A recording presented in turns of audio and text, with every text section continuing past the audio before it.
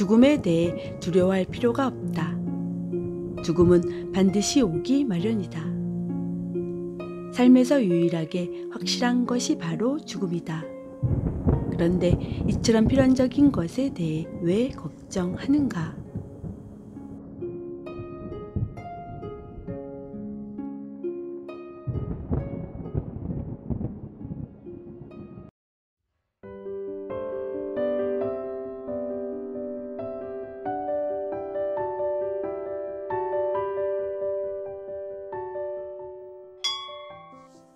진리는 그대 안에 있다. 진리라고 쓰인 문과 환상이라고 쓰인 문이 그대 앞에 있더라도 헷갈리지 말라. 모든 것은 환상이며 그대만이 진리이다. 진리는 바로 그대의 의식이다. 더욱 경계심을 갖고 의식하라. 문제는 어느 문을 선택하느냐가 아니다. 어둠은 그대가 의식하지 않기 때문에 있는 것이니 아무리 외부에서 불을 가져온다 해도 아무 소용없다. 지금 내가 그대에게 등잔불을 줄 수는 있지만 그것은 아무런 도움이 되지 못한다. 그대가 내면의 방에 들어서는 순간 그 등잔불은 꺼져 버릴 테니까. 그대가 더 의식하고 더 자각하는 길밖에는 없다. 그렇게 해야 내면의 불꽃이 주위를 환하게 밝혀줄 것이다. 그 불빛을 통해 그대는 환상이라고 쓰여진 문과 진리라고 쓰여진 문들이 모두 사라지는 것을 보게 될 것이다. 그 문들은 모두 그대를 속이고 있다. 그것들은 모두 속임수다. 그 문들의 종착지는 똑같다. 그것들은 단지 그대를 속이기 위한 장치였을 뿐이다. 그대가 무엇을 선택하든 결국 똑같은 환상으로 가게 되어 있다. 이렇듯 문제는 선택이 아니라 의식과 자각이다. 내면의 빛이 곧 기적이다. 세상에는 명상에 관한 그릇된 관념들이 무수히 많다. 하지만 명상이란 단순히 자각하는 과정이다. 그것은 만트라나 묵주를 이용한 독성 행위가 아니다. 단순히 명상의 상태에 이르기 위한 체면적인 도구들로 그대에게 평안함을 주는 것에 지나지 않는다. 단지 평안함을 얻고자 한다면 그것들만큼 좋은 게 없고 그런 초면적인 효과를 가진 방법들은 무엇이든 명상에 유익하다. 하지만 진리를 깨닫고자 한다면 이것만으론 부족하다. 명상이란 그대의 무의식을 의식으로 변형시키기 위한 것이다. 마음의 10분의 1만이 의식이고 나머지 10분의 9는 무의식이다. 우리 마음의 아주 극미한 부분에만 빛이 얇게 깔려 있을 뿐 나머지 부분은 시커먼 어둠에 쌓여 있다. 따라서 명상이란 그 작은 빛을 점점 키워내면 전체를 환하게 밝히고 어둠을 몰아내는 것이다. 마음 전체가 빛으로 가득할 때 삶은 비로소 하나의 기적이 된다. 더 이상 평범한 삶이 아닌 모든 일들이 비범해지는 특별한 삶으로 바뀐다. 자잘한 일상들이 신성해지고 하찮은 작은 것들이 상상조차 하지 못한 중요한 의미를 띠기 시작한다.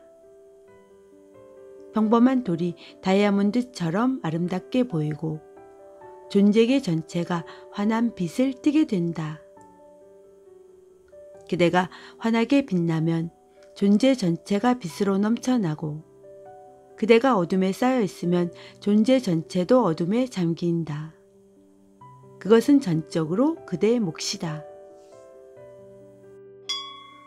마음 가는 대로 웃어라. 웃는 것만큼 세상에서 가장 하기 쉬운 일이 없는데도 그대는 좀처럼 웃지 않는다. 거의 웃지 않을 뿐 아니라 그나마 웃을 때조차도 진솔하지 못하다.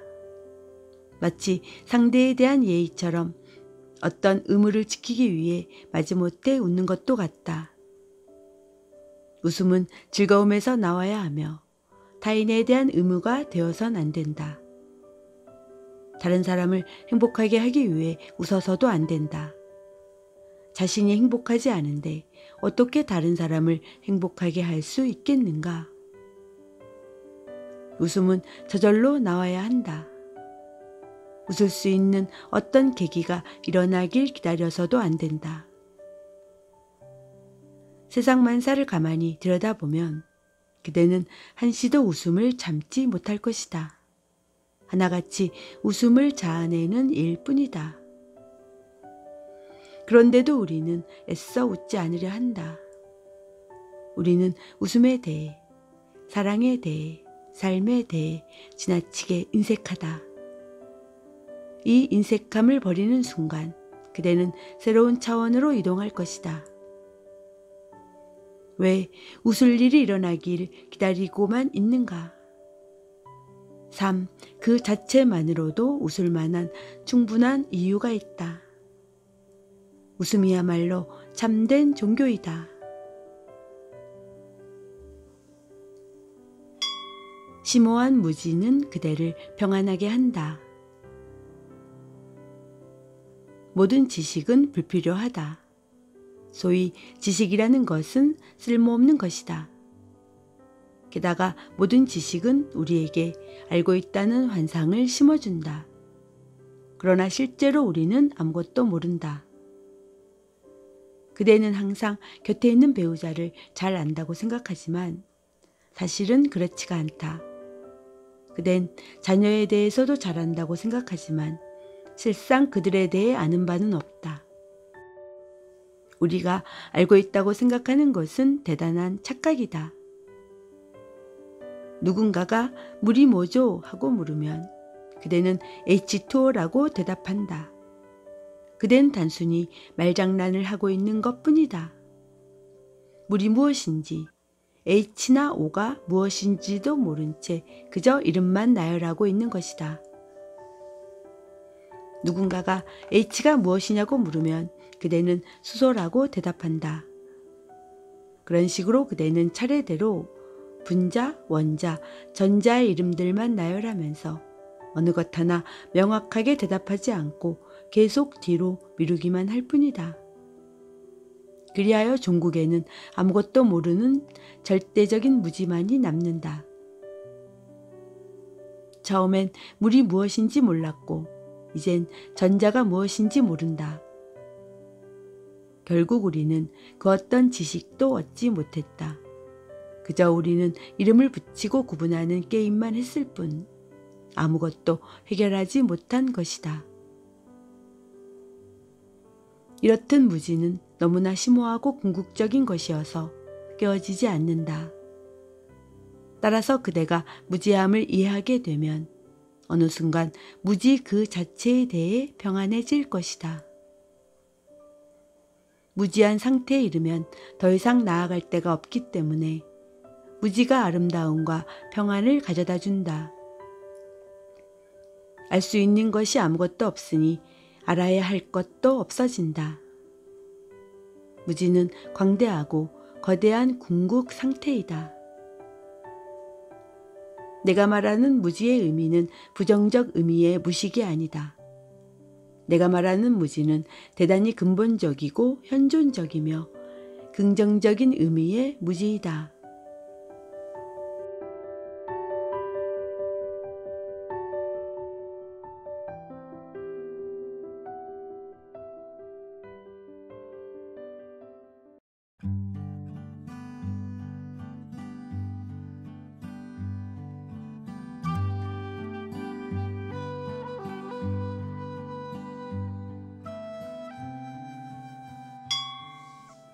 에너지의 채널을 돌려라. 사람들이 자주 화를 내는 원인은 미처 소모되지 못한 창조적 에너지의 과도한 축적 때문이다. 문제는 분노 그 자체에 있는 것이 아니라 삶 자체를 짜증스럽고 화나는 것이라고 생각한다는 데에 있다. 하지만 일단 문제를 제대로 진단하면 그 절반은 이미 해결된 셈이다. 그대의 에너지를 창조적인 일로 전환시켜라. 분노를 문제로 생각하지 말고 완전히 무시하라. 그대의 에너지를 더욱더 창조적인 활동으로 돌려라.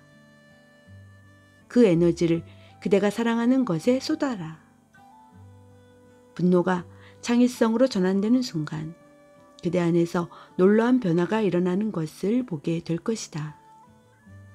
그리고 내일이면 똑같은 문제에 부딪혀도 전혀 화가 나지 않을 것이다. 분노는 이제 에너지가 되어 흐르고 있다. 그동안 왜, 무엇 때문에 그런 작은 일에 연연했었는가? 천국행과 지옥행의 기준은 두려움이다. 사랑에 더 많은 관심을 갖도록 항상 노력하라. 사랑을 통해 인간은 삶의 절정에 도달할 수가 있다. 하지만 두려움이 없다면 인간은 성장할 수가 없다. 공포가 그대의 영혼을 불구로 만들고 무력화시켜 지옥을 보게 하기 때문이다. 정신적인 혹은 영적인 불구자들은 한결같이 지옥에 살고 있다. 그 이유는 그들이 두려움 속에서 산다는 데 있다. 그들은 언제나 두려움을 주지 않는 확실한 일만 하고 있다. 하지만 그런 일들은 아무 가치가 없다. 가치 있는 일들은 언제나 공포를 수반한다. 사랑에 빠지면 거절당할지도 모른다는 두려움이 생긴다. 그때 두려움이 그대에게 속삭인다. 사랑하지 마. 다들 널 거부할 거야. 맞는 말이다. 그대가 사랑하지 않는다면 사람들은 그대를 거부할 수밖에 없다. 사랑이 없는 존재로 살아가는 것은 거부당하는 것보다 훨씬 더 치명적이다. 그리고 누군가가 그대를 거부하더라도 다른 누군가는 그대를 받아들일 것이다. 두려워하는 사람은 좀처럼 실수하지 않는다. 그들은 잘못을 저지르지 않는 대신 텅 빈 삶을 살아간다. 그들은 존재를 위해 어떤 것도 기여하지 않는다. 이 땅에 와서 무료하게 있다가 죽는 게 그들이 하는 전부이다. 미소에 가식이 있어선 안 된다. 미소를 지으려다 불현듯 그것이 가식임을 깨달으면 즉시 멈추어라. 웃음을 머금고 있는 중이라 할지라도 입가의 긴장을 풀고 상대에게 사과하라. 마음에서 우러나오는 미소야말로 참된 미소이다. 미소가 우러나오지 않는데도 애써 미소 지으려 하지 말라. 이것 말고 또 무엇을 할 수 있겠는가? 미소가 나오고 싶으면 저절로 나올 것이요. 나오고 싶지 않으면 나오지 않을 것이다. 미소를 강요할 순 없다. 나는 지금 그대에게 사회적 관습에서 벗어나라는 말을 하고 있는 것이 아니다. 그대의 행동이 위선적이고 가식적이지 않은지 스스로를 항상 감시하라는 말을 하고 있는 것이다. 그대의 사장이라는 이유로 부득이 미소 지어야 한다면 그 미소가 가식임을 의식하고 사장이 속을 만큼 확실히 미소 지어라. 단 그대가 자신의 미소에 속아서는 안 된다. 이것이 핵심이다.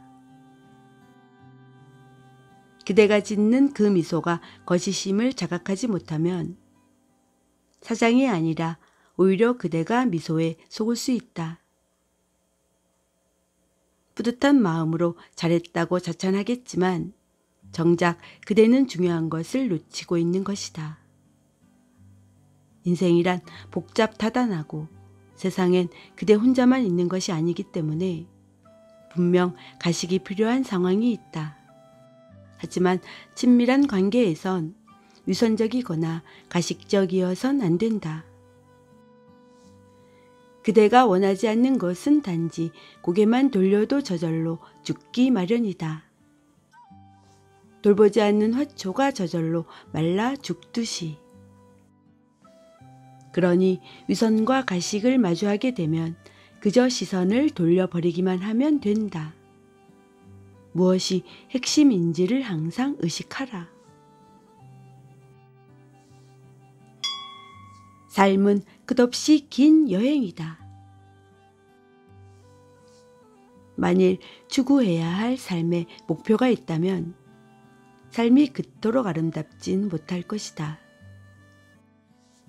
언젠가 그대는 그 목표를 성취하는 날에 이를 것이고, 그리고 나면 나머지 삶이 지루해질 것이다. 그때부터는 똑같은 일에 끝없이 반복되는 지루한 시간들만 있게 된다. 따라서 삶은 이런 단조로움이 싫어 그대에게 끊임없이 새로운 목표를 부여한다. 그대가 하나의 목적을 이루는 순간 삶은 또 다른 목표를 던진다. 그리하여 그대는 다가갈수록 계속해서 뒤로 달아나 버리는 수평선처럼 결코 잡을 수 없는 목표를 쫓아가게 된다. 하지만 만일 그대가 이러한 삶의 메커니즘을 이해하게 되면 마음의 모든 긴장이 사라지게 될 것이다. 긴장이란 목표를 갈망하고 어딘가를 향해 달려나가고자 할 때 생겨나는 것이다. 마음은 계속해서 목표를 쫓아 허둥대고 삶은 출발과 도착을 쉬지 않고 반복한다. 이렇듯 삶은 닿아야 하는 최종 귀착지가 없고 따라서 완성될 수가 없다. 하지만 바로 이것이 삶의 완벽함이다. 역동적이고 영원하기 때문에 삶은 정체하지 않고 계속해서 흐르고 흐른다. 일단 그대가 이러한 삶의 원리를 이해하게 되면 그때부터 그대는 삶의 여정을 즐길 수가 있다. 그대의 걸음걸음이 삶을 살아가는 목표일 뿐 또 다른 목표란 있을 수 없다. 이러한 이해력이 일단 그대의 가장 깊은 핵까지 뿌리내리게 되면 그것이 그대를 편안하게 해준다. 당도해야 할 곳이 없으니 긴장하지 않을 것이고 때문에 길을 잃고 헤매는 일도 없을 것이다. 삶엔 목표가 없다. 바로 그 때문에 삶이 아름다운 것이다.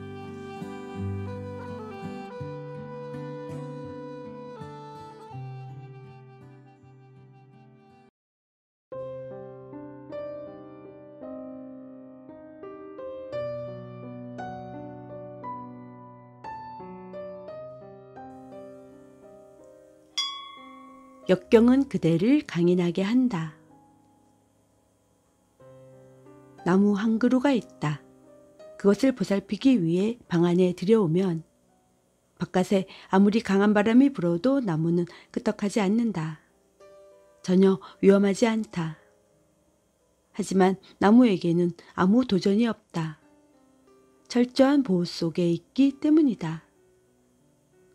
그러다 어느 순간부터 나무는 서서히 시들기 시작한다. 더 이상 싱싱하지가 않다. 그것은 나무 안에 있는 도전이 죽어가고 있기 때문이다. 삶을 실현시키는 도전이 없는 까닭이다. 세찬 바람은 진짜 적이 아니다. 그것은 그대를 완성시켜준다. 그것이 그대의 뿌리를 뒤흔드는 것처럼 보이지만 사실은 그대가 더욱 깊이 뿌리내릴 수 있게 도와주는 각성제이다. 폭풍이 불면 나무는 더욱 깊이 뿌리를 내린다. 태양이 뜨겁게 내리쬐면 나무는 더 많은 물을 빨아들인다. 나무는 더욱더 푸르고 싱그러워진다. 이렇듯 자연이 선사하는 투쟁을 통해 나무는 어떤 영혼을 얻는다. 그 영혼은 오직 투쟁을 통해 생겨난다. 강하게 내리치는 세찬 바람이 그대의 뿌리를 뒤흔드는 것처럼 보이지만 사실은 그대가 더욱 깊이 뿌리 내릴 수 있게 도와주고 있는 것이다. 만일 만사가 순탄하게 돌아가면 그대는 흐트러지기 시작한다. 내적인 통찰이 전혀 필요하지 않으니 머지않아 그대는 응석바지 아기가 되고 만다. 산산조각난다. 따라서 도전이 닥치면 용기를 갖고 힘껏 싸워라. 삶을 미풍처럼 받아들여라. 미풍은 올 때와 마찬가지로 살며시 가버린다. 미풍은 속삭이듯 다가온다. 너무나 조용히 오는 바람에 우리는 그 소리를 들을 수가 없다. 어느 순간 와 있을 뿐이다. 이것이 바로 신이 오는 방식이다. 진리와 사랑이 다가오는 방식이다. 이것들은 모두 시끄러이 트럼펫을 불거나 드럼을 치는 일 없이 속삭이듯 다가온다. 이것들은 아무 귀띔 없이 불현듯 다가온다. 가도 되니 하고 묻는 법이 없다. 마치 미풍처럼 조금 전까지 없었는데 어느새 그대 곁에 와 있다. 그리고 미풍은 올 때와 마찬가지로 살며시 가버린다. 붙잡을 수도 매달릴 수도 없다. 따라서 미풍이 있는 동안은 즐기다가 미풍이 가려고 할 땐 보내라. 와준 것을 감사히 여겨라. 붙잡으려고 애쓰지 말라. 가야 할 때가 되었으니 가는 것이다. 어떻게 해도 막을 수 없다. 하지만 우리 모두는 매달린다. 사랑이 다가올 땐 행복에 겨워하다가도 사랑이 가려 하면 큰 상처를 입는다. 그것은 우리가 매우 무의식적이고 또 감사할 줄 모르고 배은망덕한 탓이다. 사랑은 그렇게 왔다가 그렇게 간다는 것을 명심하라. 사랑은 저 멀리 신비로운 곳에서 날아든 선물이었고 이제 다시 그 신비로운 곳으로 가려는 것이다. 삶을 미풍처럼 받아들이면 매달림도 집착도 없다. 가만히 맞아들이고 즐겨라. 일어나는 대로 받아들여라. 일어나는 것은 무엇이든 좋다. 죽음만큼 명백한 건 없으니 두려워 말라. 죽음은 필연이다. 인간이라면 모두 죽는다. 아무리 과학과 의료가 발달해도 인간의 죽음에 관해선 어쩌지 못한다. 모든 사람들이 죽음을 맞이하고 있고 수천 년 전에도 그러했다. 태어나면 죽기 마련이다. 예외란 없다. 그렇기 때문에 우리는 죽음에 대해 완전히 잊을 수가 있다. 죽음은 그때가 언제이든 반드시 다가올 테니 말이다. 다만 어떻게 죽느냐만 모를 뿐이다. 하지만 그것은 중요하지 않다. 일단 죽음이 피할 수 없는 명백한 것임을 이해한다면 이제 남은 것은 어디서 어떻게 죽느냐 하는 한 가지 절차뿐이다. 모두가 죽는다는 것만이 어떻든 진정한 현실이다. 머지않아 그대는 이 불변의 진리를 받아들이게 될 것이다. 하여 죽음을 받아들여라.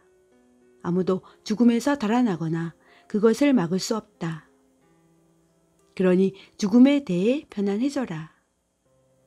살아 숨쉬는 동안만큼은 철저히 삶을 즐겨라. 그리고 죽음이 찾아오면 그것 또한 온전히 즐겨라. 항상 준비하라. 그대가 할 수 있는 일은 아무것도 없다.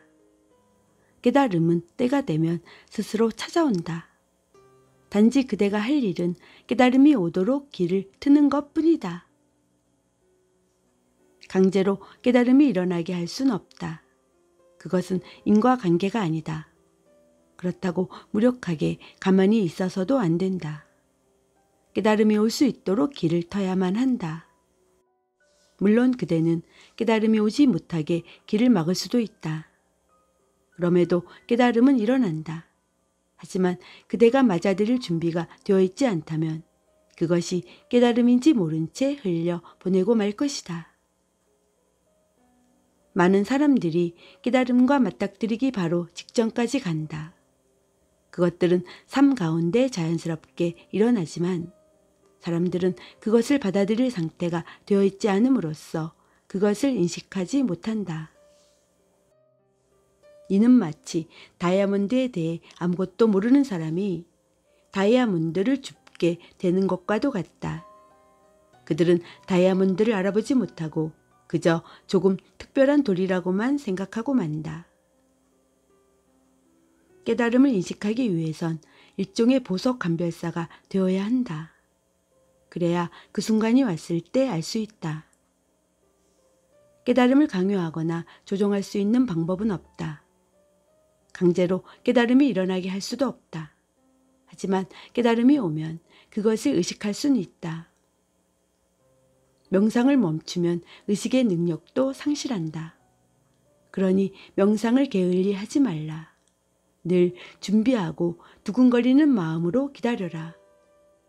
어느 날 그것이 그대 곁을 지나갈 때 알아볼 수 있도록 하라.